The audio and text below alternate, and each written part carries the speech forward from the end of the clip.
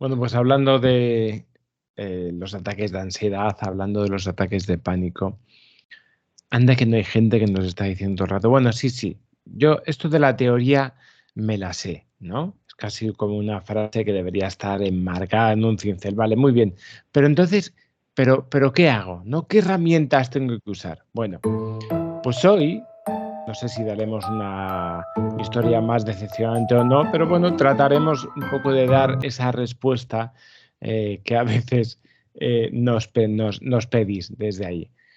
Así que empezamos.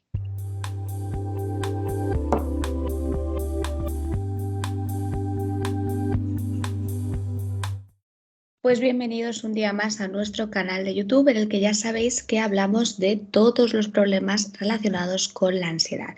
Y como ha dicho Rubén, hoy vamos a hablar de cómo actuar ante una crisis de ansiedad.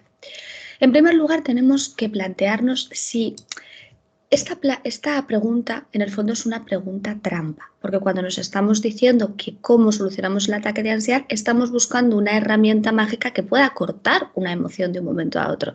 Y al igual que no podemos hacer eso con la tristeza o con la ira, no existe nada que nos haga pasar de un estado de enfado a un estado neutro de un momento a otro, pues con el miedo no iba a ser diferente. Así que lo que primero tenemos que tener claro es que en el momento que nos estamos planteando, aunque es algo normal, cómo eliminar esa sensación de ansiedad elevada de un momento a otro, ya nos estamos haciendo la trampa. Y es justamente en esos intentos desesperados de eliminar esa sensación cuando estamos alimentando nuestra propia ansiedad. Una cuestión que vamos a tener que ver es que ponemos todo nuestro foco de atención en el pánico y en lo que creemos que va a suceder. Pero ¿no será más importante tratar de entender qué es lo que me ha traído hasta aquí precisamente?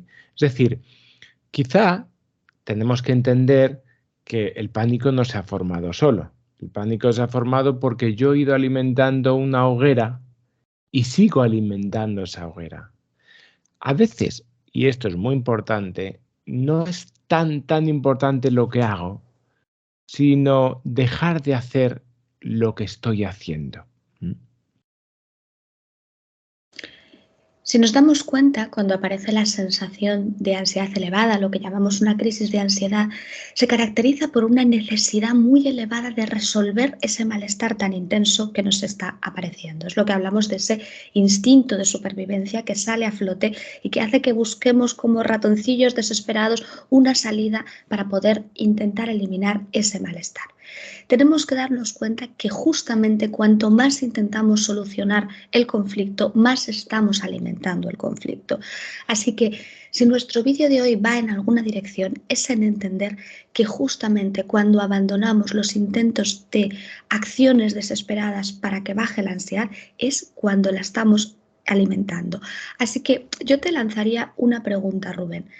¿Realmente, cuando estamos experimentando una crisis de ansiedad, ¿debemos llevar a cabo acciones o es la ausencia de acción lo que más nos va a beneficiar?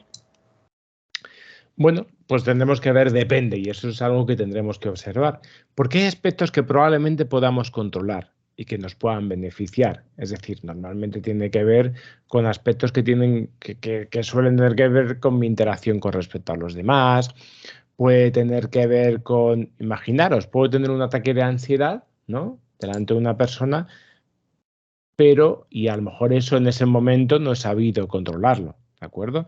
Y a lo mejor en intentar controlarlo eso hace que yo esté teniendo más ataques de ansiedad, pero a lo mejor sí puedo hacer cosas, a lo mejor la forma en cómo manifiesto lo que me está ocurriendo o a la vez la forma en que yo tengo en ese momento de poder buscarme salidas momentáneas a esa situación, eso está ahí. Así que diferenciar precisamente entre lo que puedo hacer y lo que mm, tengo que dejar de hacer efectivamente va a ser una de las claves.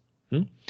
Con respecto a lo que tengo que dejar de hacer precisamente es a tratar de dejar de resolver la idea de que el pánico no debería estar ahí.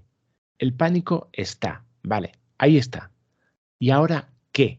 El pánico no me va a matar, el pánico no me va a volver loco, el pánico no va a acabar conmigo, el pánico me va a hacer pasar un mal rato. Pero aparte de estar pasando un mal rato, ¿hacia dónde me quiero dirigir? Y por último, vamos a plantearnos, Aunque la teoría nos dice que realmente lo más efectivo es que no actuemos de ningún modo, es decir, que no hagamos ningún tipo de conducta de evitación cuando aparece la ansiedad. Y con conducta de evitación no estamos hablando únicamente de abandonar ciertos contextos, sino todas esas microconductas de evitación, como bajar los ojos, tocar algo frío para ponernos la nuca, cambiar de postura, recogernos el pelo, que se considerarían también conductas de evitación más pequeñas que irnos, pero también, aunque la teoría nos dice que tendríamos que estar ausente de todo esto, sabemos lo verdaderamente complejo que es poner en una tesitura de este modo a una persona que lleva, como nosotros vemos, años enroscado en conductas evitativas. Así que sabemos que un elemento que nos va a ayudar son los cambios de foco, el cambio de atención, lo que coloquialmente conocemos como distracción. Muchas personas nos preguntan, ¿pero la distracción no es una conducta de seguridad? Bueno, pues de evitación, perdona. En cierta parte sí y en cierto modo no. Ciertamente, como hablamos, lo más deseable es que la persona no haga nada ante ese episodio de ansiedad, pero sabemos que en procesos iniciales esto es prácticamente una utopía. O sea que la persona decida activamente cambiar el foco de atención y no profundice en sus sensaciones intentándolas solucionar, sino que se dirija, por ejemplo, a una charla, a una conversación, a algo que está escribiendo, va a ser algo que también está desafiando al propio instinto. Es decir, mi organismo me está pidiendo un poco instintivamente que yo reaccione, que yo resuelva, y yo decido poner mi atención en otra dirección. Ahí también estoy exponiéndome, ahí también estoy desafiando a esa idea desesperada de tener que solucionar algo. Así que en procesos iniciales, en procesos medios del proceso, van a ser importante que podamos trabajar estos cambios de foco. El otro día nos preguntaba una paciente que por qué que por qué siempre decíamos que exponerse no dependía tanto de las narices que teníamos, del coraje que echábamos, y si ella percibía que cuando decidía subirse a esos trenes sí que era valentía lo que ella podía experimentar. ¿Qué opinamos de esto, Rubén? ¿Qué es esto de la valentía respecto a la confrontación de nuestros miedos cuando estamos experimentando episodios de ansiedad elevada? Pues esto muchas veces nos puede llegar un poco a una confusión porque parece que la valentía es algo que debe nacer, ¿no? Que debe ser algo innato quizá en nosotros. La valentía más bien es algo que se crea en el fondo. ¿Y qué es lo que nos hace normalmente ser valientes?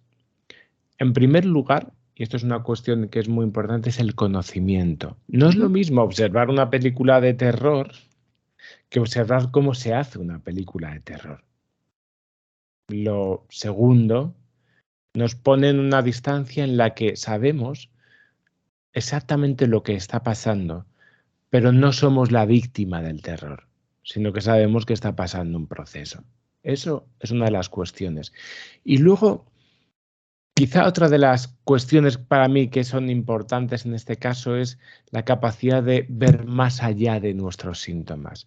Cuando la gente sabe hacia dónde se quiere dirigir, muchas veces tiene un motivo, una razón, cuando tiene la vista puesta en el camino más allá del miedo, de ahí surge la valentía. La valentía surge porque quiero ir más allá del miedo. Esto normalmente quizá nos ayude a operativizar, ¿no? Esto que muchas veces denominamos valentía y que si no operativizamos bien, pues nos resulta un poco frustrante porque estamos esperando que aparezca. Y en realidad la valentía es algo que se va aprendiendo. Pues hasta aquí nuestro vídeo de hoy. Como siempre os decimos, si queréis poneros en contacto con nosotros podéis hacerlo a partir de nuestro correo electrónico que es info@amadag.com o nuestra página web que es www.amadag.com.